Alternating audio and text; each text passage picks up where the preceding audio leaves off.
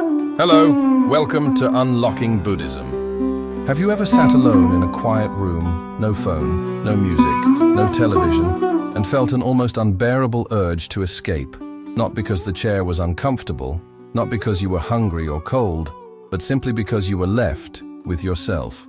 For many people, this is far more difficult than it sounds. Beneath the constant noise of thoughts, tasks, and distractions, there is often an unease, an inner restlessness that most of us would rather avoid. Meditation, at its core, is about turning towards this inner reality instead of running from it. But here's the problem. If your relationship with yourself is built on shaky ground, if you carry an undercurrent of self-doubt or self-criticism, sitting quietly becomes almost unbearable. This is why building genuine self-esteem isn't just a matter of feeling good about yourself. It's a foundation for real spiritual practice. The kind of self-esteem we're talking about here isn't the fragile boost you get from compliments or from telling yourself positive affirmations you don't really believe. It's something sturdier, something earned through living in a way that you, deep down, respect. Doing work that matters, keeping your word, being honest, showing kindness. These are not glamorous habits, but they shape the way you feel in your own skin. And here's the catch. Just as it's surprisingly easy to build a fragile sense of self-worth, it's just as easy to destroy it. A few careless habits, like constant procrastination, dishonesty, or losing yourself in empty distractions, can quietly erode your ability to feel at ease with yourself.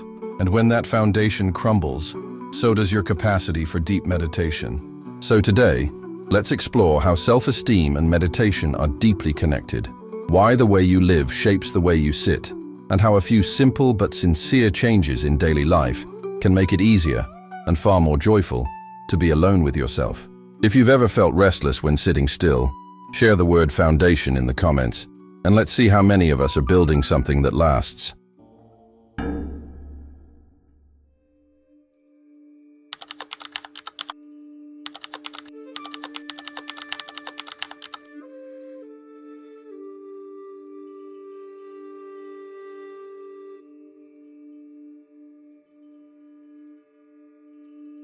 Imagine this. You're in the middle of an epic video game. Your mission is to find a rare sword hidden somewhere in a vast virtual world. You spend hours searching, fighting minor enemies, exploring hidden caves, completing small side quests. Finally, after what feels like an eternity, you find the sword. You feel a rush of accomplishment until you realize something. The moment you get the sword, the game simply tells you to defeat another enemy, then another, then another. Before long, you notice you're in the same cycle, chasing objects, completing tasks, but nothing really changes. This, the speaker suggests, is how many of us live. We keep ourselves busy with quests that feel important at the moment. A new gadget, another promotion, finishing another season of a show. But at the end of the day, they change nothing fundamental about how we feel inside. These quests are often a way of avoiding what's really going on in our minds. When you try to meditate without a solid foundation of self-respect, you quickly run into the very thing you've been avoiding. The mind, stripped of its usual distractions, confronts you with raw sensations, unease, boredom, self-criticism, restlessness. And if you've built your inner world on fragile, fleeting boosts to your self-worth, these sensations feel unbearable. You want to escape back into your quests, where at least you know what to do next. But here's the twist. Just like in the game, the external tasks you're so focused on don't actually resolve the deeper problem. In the game, collecting the sword doesn't make you stronger in any lasting way. In life, collecting achievements, possessions, or approval doesn't automatically make you comfortable in your own company. That comfort comes from something else entirely, knowing that you live in a way that you respect, even when no one is watching. The speaker shares that this can be built in surprisingly simple ways. Doing something genuinely useful, whether that's helping someone, cleaning your space, working honestly at your job, creates a quiet, stable sense of worth. It's not as flashy as slaying a dragon in the game, but it's infinitely more real.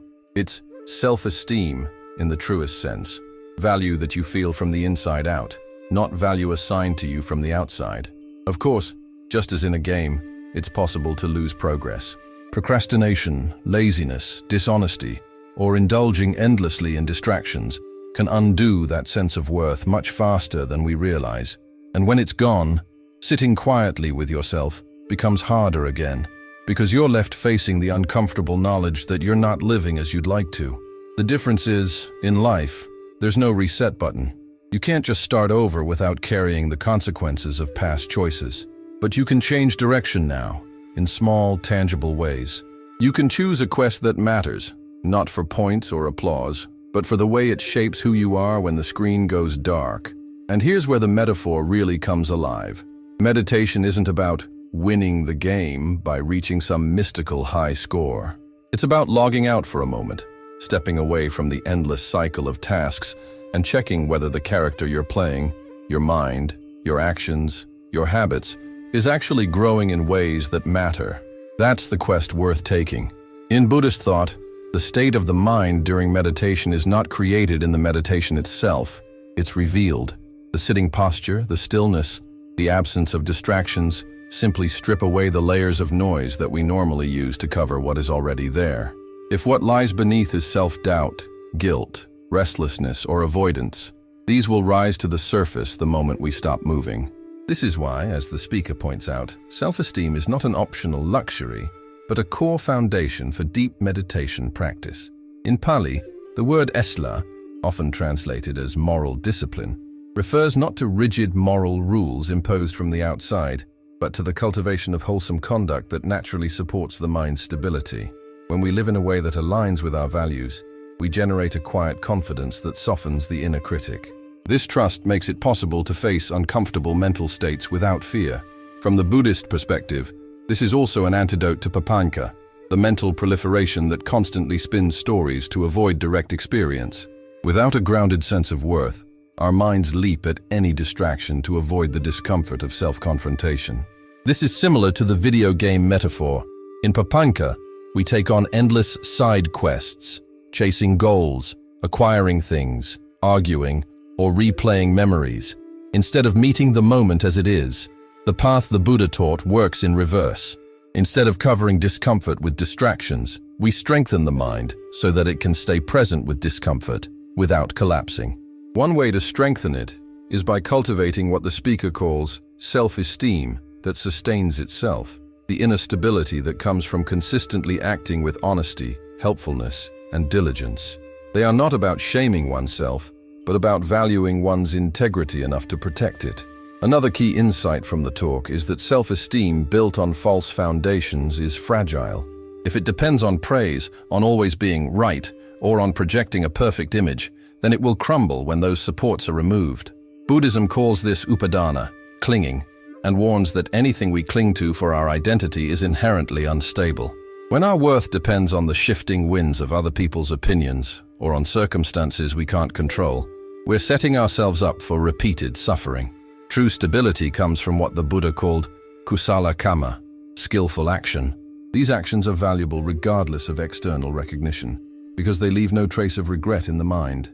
Helping someone without expectation, refraining from harming when it would be easy to do so, speaking truth even when silence might be more comfortable. These strengthen the heart in ways that no temporary thrill can match. In practice, this means that meditation and moral conduct are not two separate tracks, but two strands of the same rope. Each reinforces the other. As we keep the precepts and act with compassion, the mind becomes lighter, more at ease with itself, and more capable of resting in stillness. As we meditate and develop mindfulness, we see more clearly the subtle ways our actions shape our inner world, and this clarity motivates us to refine our conduct even further. The talk's deeper point is that without this mutual reinforcement, meditation risks becoming shallow, a momentary escape rather than a transformation. You might sit quietly for 20 minutes and feel calmer, but if you return to habits that undermine your self-respect, the calm will evaporate the moment you face discomfort again. Building the foundation is slower and less glamorous than chasing meditative highs, but it's the only way to create a practice that can withstand the inevitable storms of life. The principles from this teaching are not abstract ideals reserved for a monastery. They can be woven into the smallest choices of everyday life, shaping the kind of mind we bring to meditation and to our relationships. Imagine waking up and noticing the temptation to reach for your phone immediately. This moment, though small, mirrors the larger habit of avoiding direct experience. Instead of checking notifications, you pause and feel your breath. You notice the slight restlessness in your chest, the urge for stimulation. Simply staying with it, without judgment, is a form of training the mind to face itself. That small choice builds the same inner stability the speaker described. In the workplace, the same principle applies. Perhaps you make a mistake that no one else would notice. You could hide it and move on, but instead you choose honesty, informing your colleague and correcting it. This may seem minor, but such acts accumulate. They create a self-respect that no one can take away from you. The talk also warns about the silent erosion of self-worth through harmless indulgences. Spending an entire weekend binge-watching shows or losing hours in video games might not seem damaging, but if done repeatedly, they feed the subtle belief that you are not using your life well. This isn't about moralizing leisure, but about recognizing the quiet disappointment that comes from knowing you avoided something meaningful. Replacing even a small part of that time with a useful activity, cooking a meal for a friend, fixing something at home, volunteering, can reverse that erosion and plant seeds of satisfaction. In relationships, helpfulness and honesty are equally transformative. A person who consistently offers help, even in small ways, becomes a trusted presence. That trust deepens both connections and self-esteem. If someone is struggling, simply listening without trying to dominate the conversation can be a generous act. It affirms your ability to contribute positively without needing to control the outcome. The Buddhist precepts become practical guides here. Refraining from harsh speech might mean pausing before sending a sarcastic text. Avoiding gossip might mean changing the subject when a conversation turns towards someone's flaws. These choices may go unnoticed by others, but your own mind will remember them. Each choice strengthens the mental ground you stand on when you sit in meditation.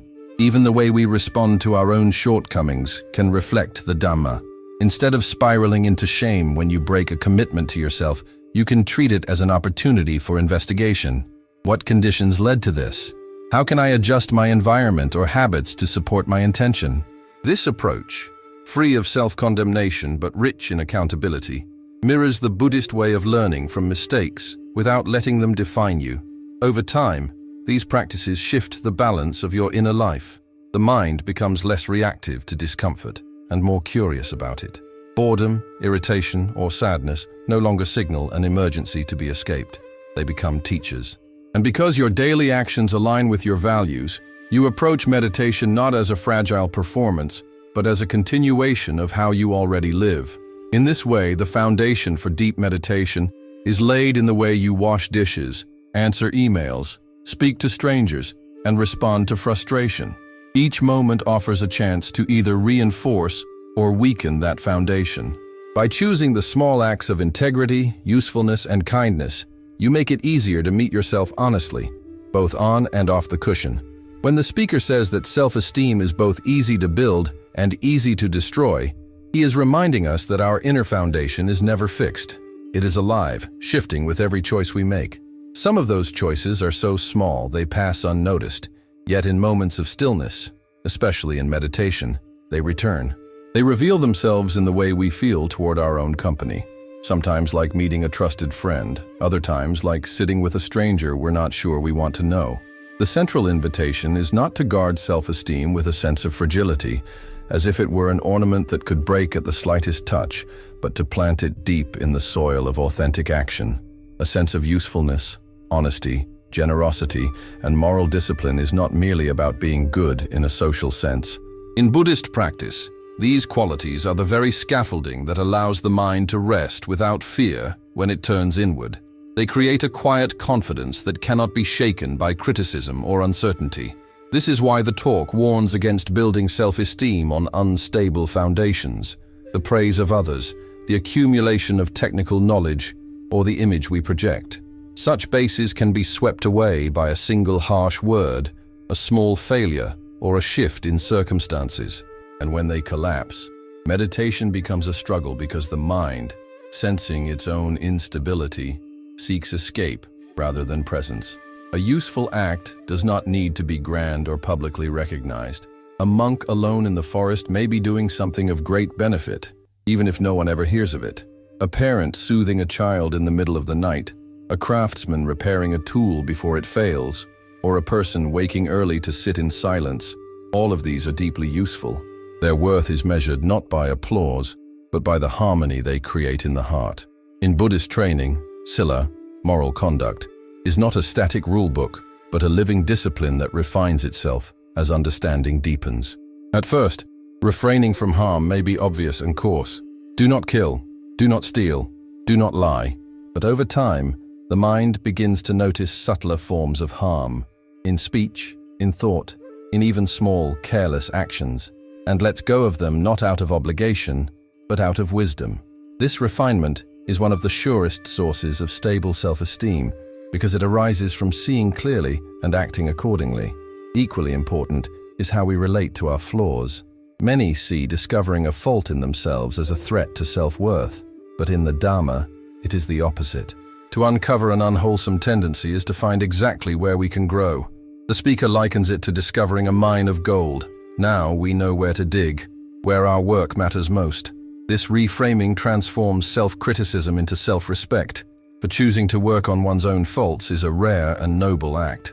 The talk also addresses a common pitfall, chasing fantasies of higher levels of practice or taking pride in being more advanced than others. Such motivations are fragile, easily corrupted by vanity or greed.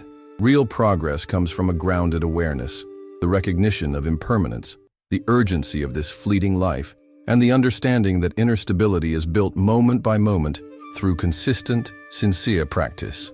A life lived in alignment with one's values naturally supports meditation, and meditation in turn strengthens that alignment. This creates a self-reinforcing circle. The more we live truthfully and usefully, the easier it is to sit in stillness without inner conflict. And the more we practice, the more our daily actions align with clarity and compassion. When self-esteem is rooted in this way, in truth, usefulness, kindness, and discipline, it does not need to be defended. It stands on its own, quiet but unshakable, ready to meet whatever the mind discovers when the distractions fade. If there is one thread running through this entire reflection, it is that self-esteem, when built on solid ground, is not a delicate flower to be guarded from every wind. It is more like a well-rooted tree. The storms still come, criticism, mistakes, disappointment, but the roots hold. And these roots are not mysterious. They are planted in daily acts of usefulness, in the quiet habit of truth-telling, in generosity that expects nothing in return, in moral conduct refined over time, and in the willingness to face our own mind without turning away. Meditation is often seen as the main stage of spiritual work, but as the speaker reminds us, it is only as stable as the life that supports it. A day spent in idleness or in actions we know to be trivial erodes the silent trust we have in ourselves. A day lived with purpose, honesty, and care makes it easier to sit down, close our eyes, and rest in our own presence. This is why the so-called small actions matter so much. They are not just moral choices. They are the bricks that make up the floor on which our meditation stands. The challenge, and the opportunity, is that this kind of self-esteem is within reach for anyone willing to live in alignment with what they value. You do not need grand achievements, dramatic life changes, or the approval of the world. You need a steady willingness to be useful, to be truthful, to be kind, and to treat your faults as invitations to grow, rather than as proof of failure. Over time, these habits become part of who you are, and the mind rests on them naturally, without the need for constant reassurance. If the answer is uneasy, begin there, with the daily actions that make your own presence a place of peace. Build that foundation, and sitting in silence will no longer be a confrontation. It will be a homecoming. The path is wide open.